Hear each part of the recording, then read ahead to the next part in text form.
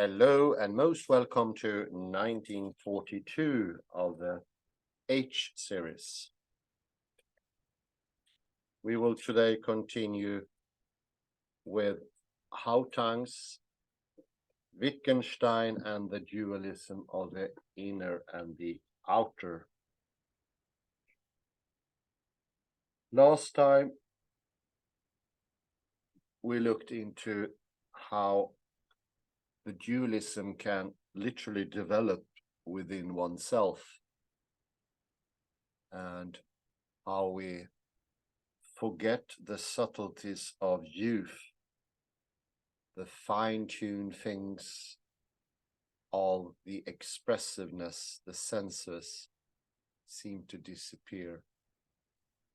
And we also took another gander at figure 7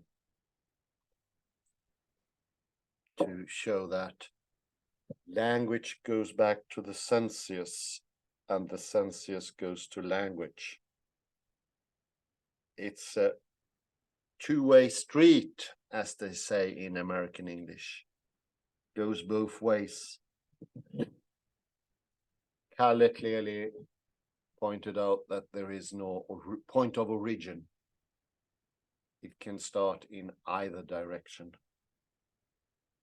The interwovenness is what creates the force, not the idea of a transcendental origin.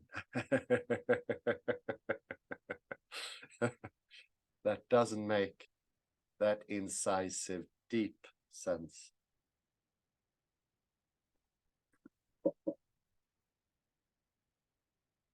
We also looked further into grafting, how that's a very nice analogy for thinking about these things.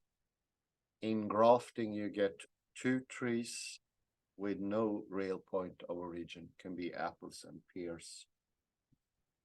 And once they grow together, they form an organic whole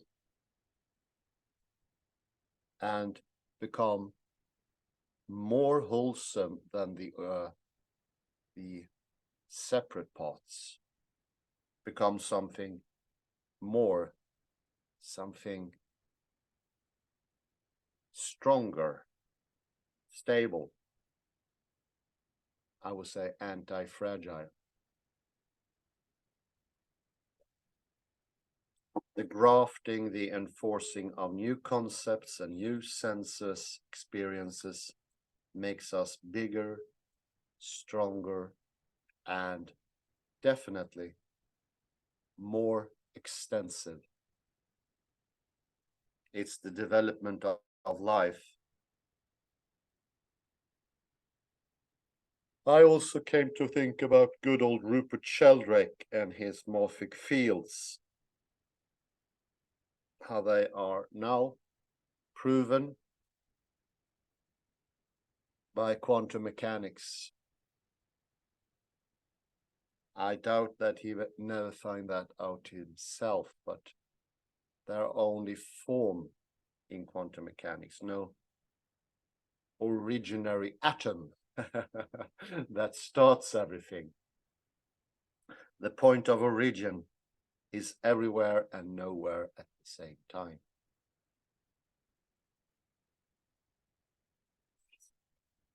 And I will continue on page 91, where I left off last time. This is the B side of the lecture.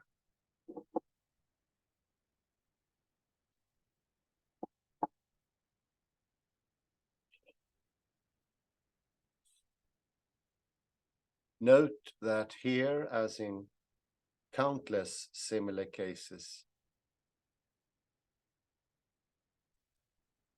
it is language,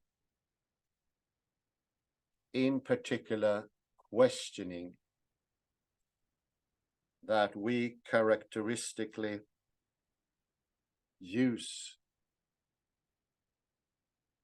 when trying to know about the interior of another human being. there's an intimate connection between this particular desire to know and language.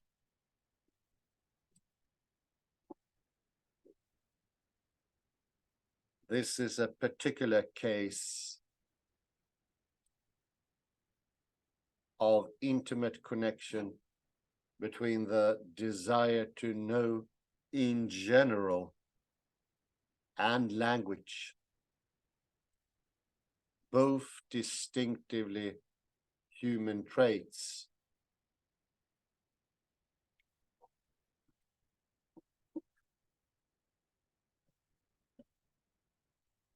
How strong this connection is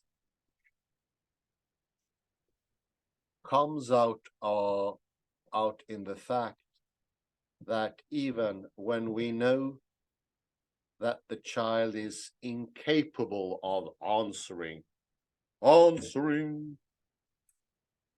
for instance, when he is pre-linguistic,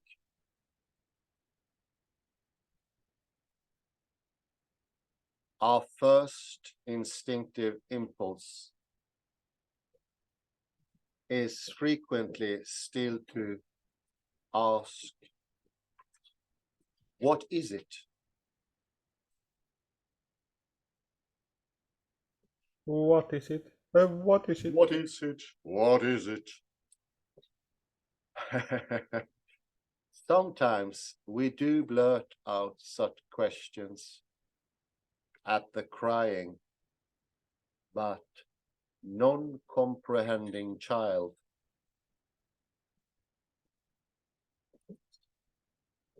Non-comprehending.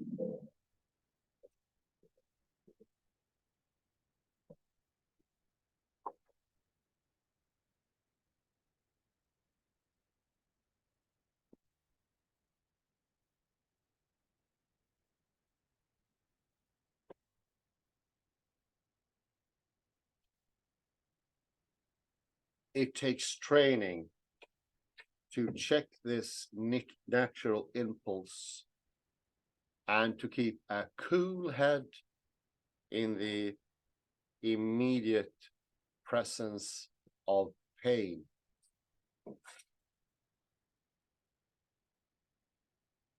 It takes training to become an experienced mother, and more generally to be able to maintain a clinical attitude toward a suffering soul for whom one cares. One cares. Cares.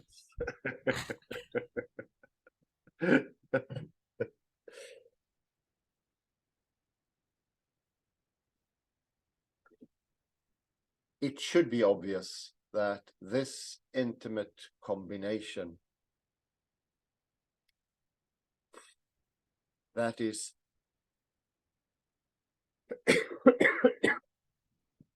the combination of a powerful desire for knowledge about the child's interior and the characteristic use of language in trying to satisfy this desire plays a crucial role in the child's learning of sensation language. Sensation language.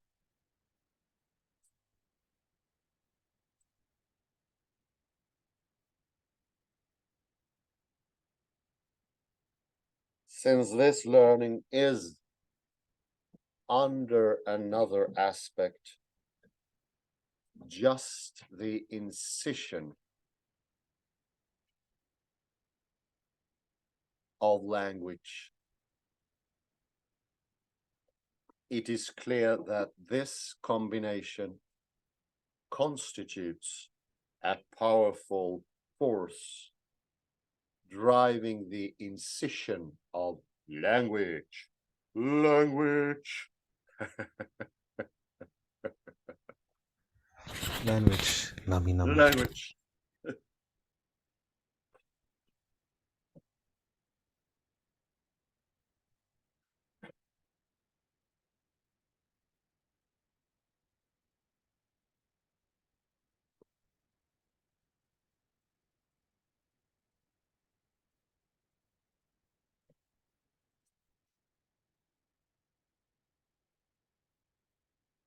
Now, our desire to know the child's interior through language is bound to be frustrated when the child is only in the early stages of learning language learning.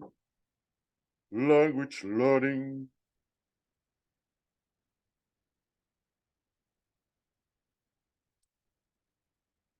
This is particularly clear when we blurt out anxious questions.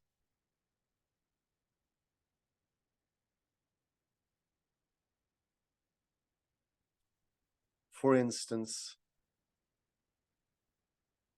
what is it at a crying child who has not yet learned to speak? There's no answer, only the inarticulate and helpless cry of nature. Poor child.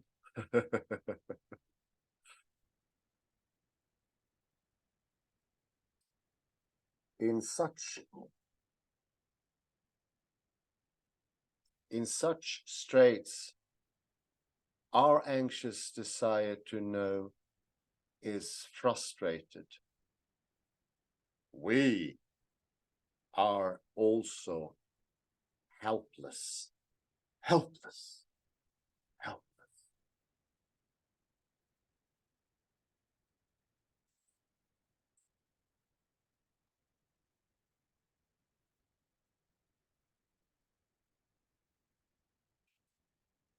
Thus, there's a need for convention for adult and child to come together through language.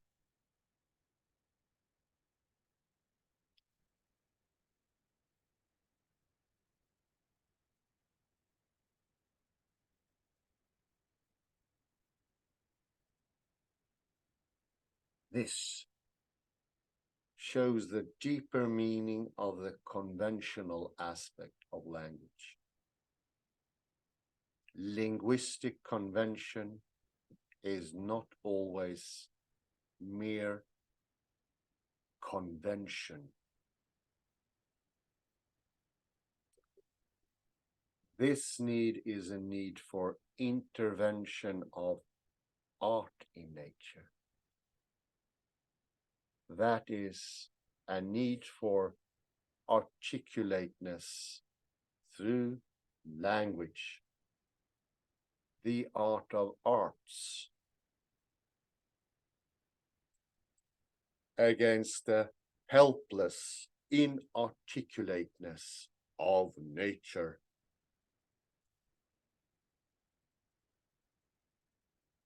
This general need for articulation is in essence the same as the general need for intellection. That is the general need for distinction, comparison, classification, abstraction, and other intellectual operations. Operations.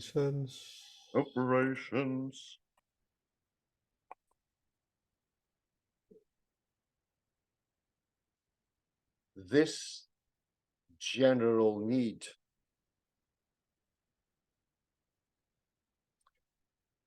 so powerful in civilized human life incessantly drives the incision and teaching of language, and thus the development of an intellect in a human being.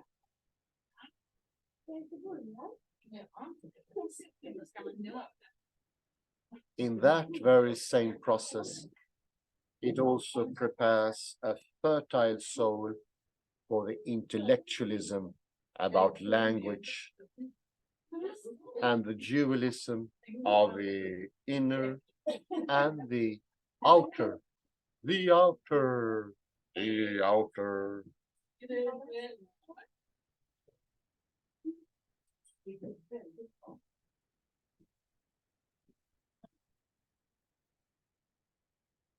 Yet this need is entirely legitimate in itself,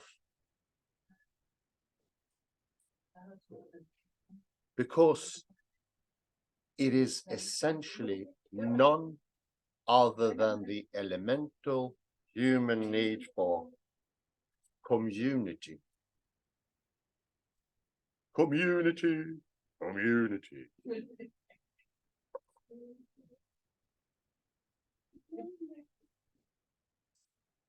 It is life itself, our civilized communal life, that demands those cuts on nature and drives the incision of language, the teaching and the learning of our most important technique for community.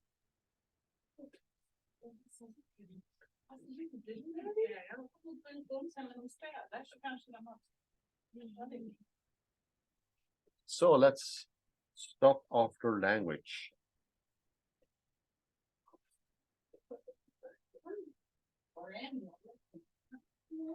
You mean after community?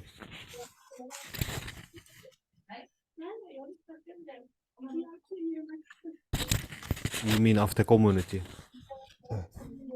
Yes, for community. Ska bara ta lite te för samma.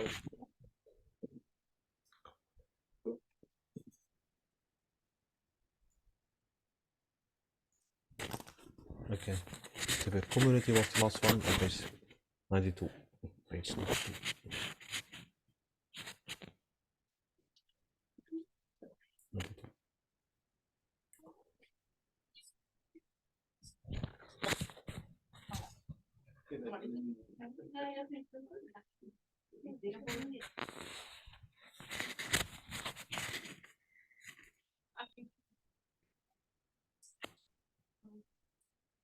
So let's have a look, see.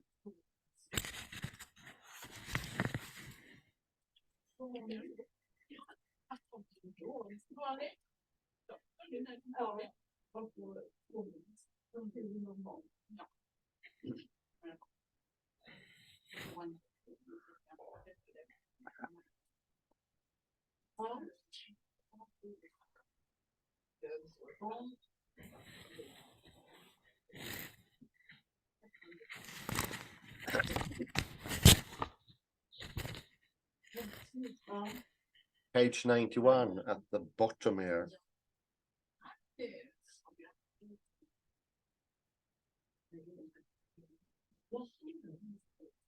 Sometimes we do blurt out such questions at the crying but non-comprehending child.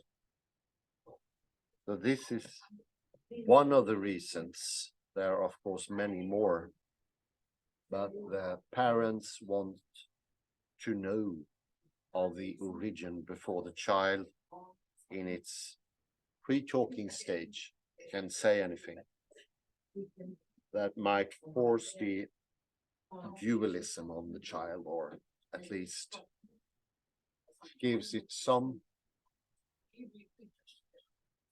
pointers in that direction, some indications.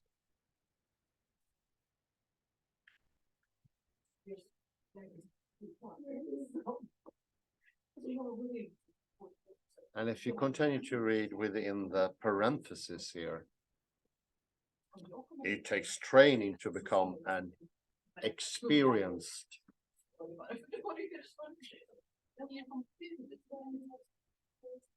mother, and more generally to be able to maintain a clinical attitude toward a suffering soul for whom one cares. There's an enormous care going on here from the mother to child. And this care as well will enforce the mother or the father mentioning to force preemptively, long before the child has the possibility to force an answer. And I say, in the end, the child will answer, will give some sort of verbal response.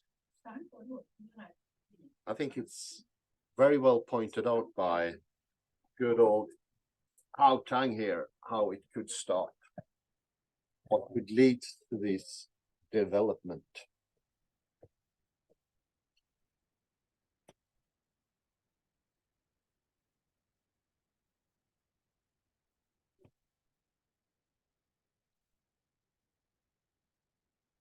The asking in itself is, of course, something that pushes the child in that sort of directionality, gives it an incitement to answer preemptively and sort of force it out of himself.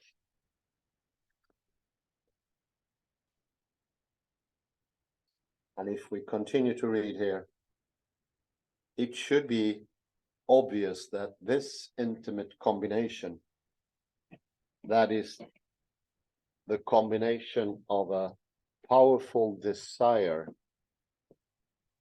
for knowledge about the child's interior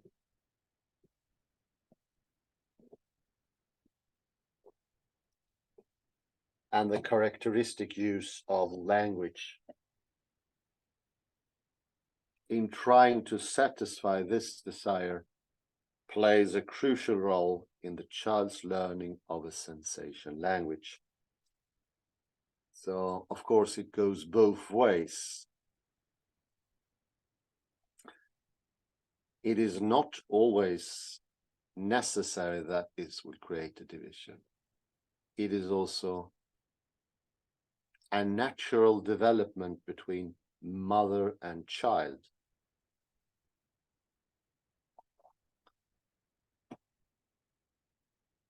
But for me, reading this has been very interesting because I remember these first indications and how they are more in the direction of sensation than conceptual still. And also how conceptions slowly sneak, without another word, sneak into the picture. They slowly become obvious. They protrude themselves. It's very close to grafting, actually. This is why I like this grafting thing. I wasn't from one day to another. Hans wasn't being 6 years old, and on his 7th birthday, he became verbally conceptual. No, it was a coercive, with no point of origin. It happened simultaneously, and more making a weave than one singular, as we heard so many times, one singular point of origin and one destiny, one ending point. No, rather an intricate weave going both directions, as we see in figure 7.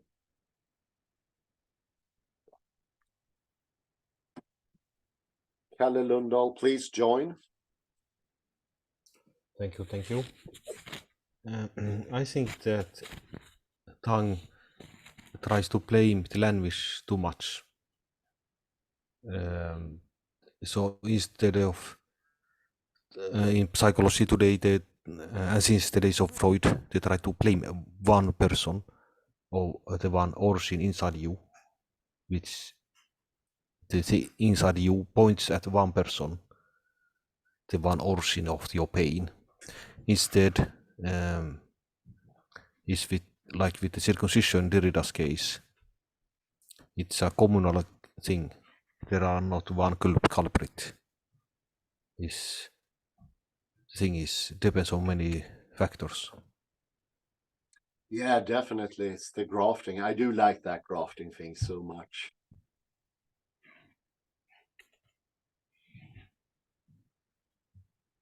So you cannot, I wouldn't say the language is to blame. It's a communal thing. Like in quantum physics, it's simultaneous. Everything is simultaneous. Yeah, It's a communal thing. It goes together.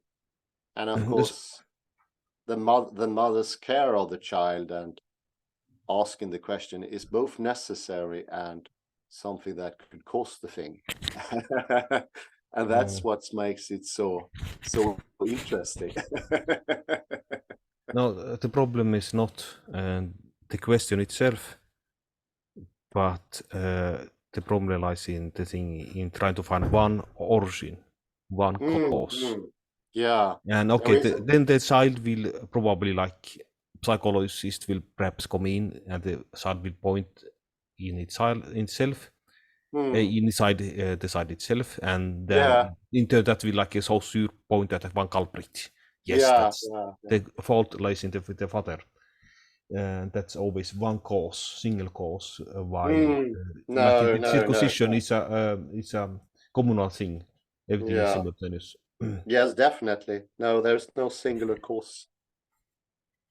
And it goes both ways as well. Yeah, you're absolutely right there. It's a simultaneous coercive weave.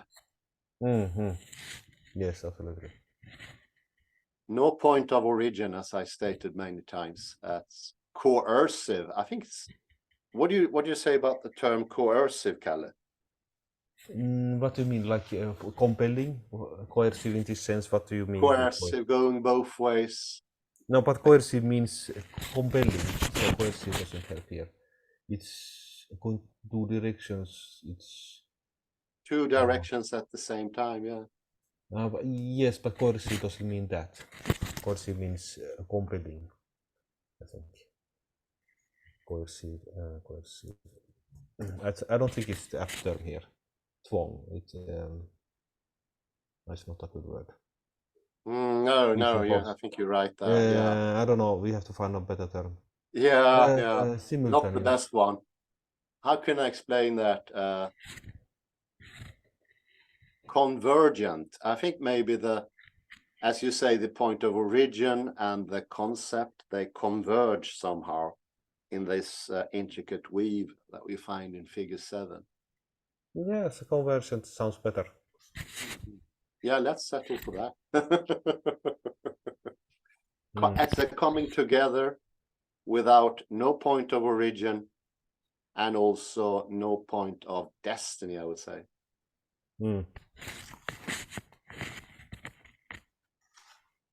We could compare this to the Big Bang and the Big Crunch and how we usually think, oh, the Big Bang is the big origin.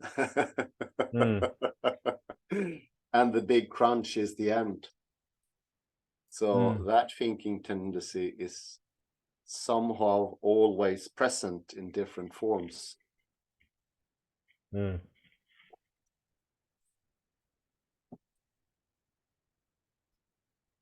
It's a sort of an antidote to that original thinking. And in the cut there is always, or in the circumcision there is always many circumcisions, many repeated cuts. There is no one singular option. No, and once the incision or the graft's been done on the tree, in the end, it will be very hard to judge where did the tree start.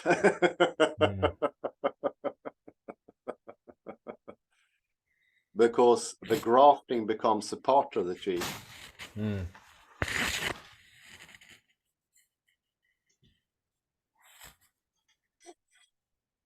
My grandfather used to have one of those trees. It had both pears, apples, 2 strands of apples.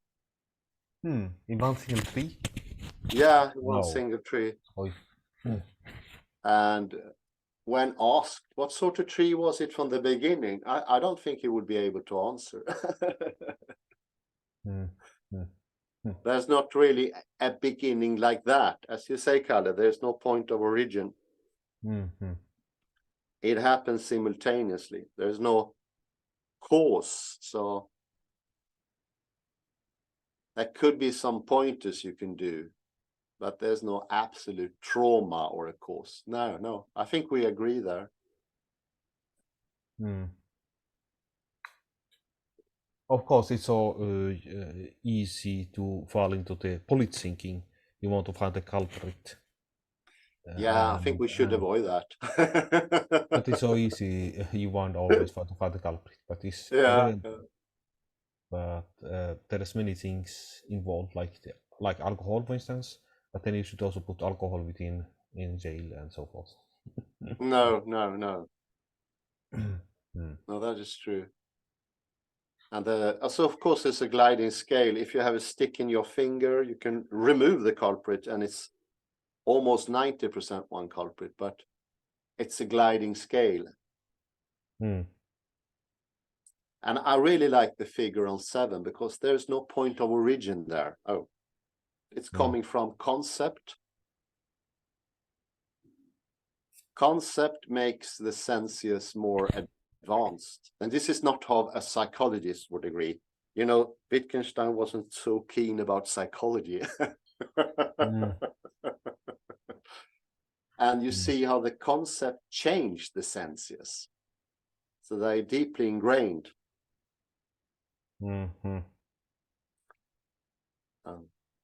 I think this is in the process how we expand. We become greater, wider, and more founded somehow. I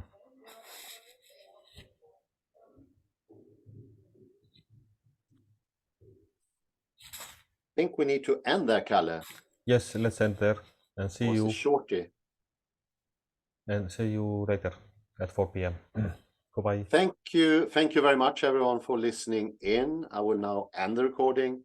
Have a pleasant morning, day, or evening, wherever you are. Bye for now.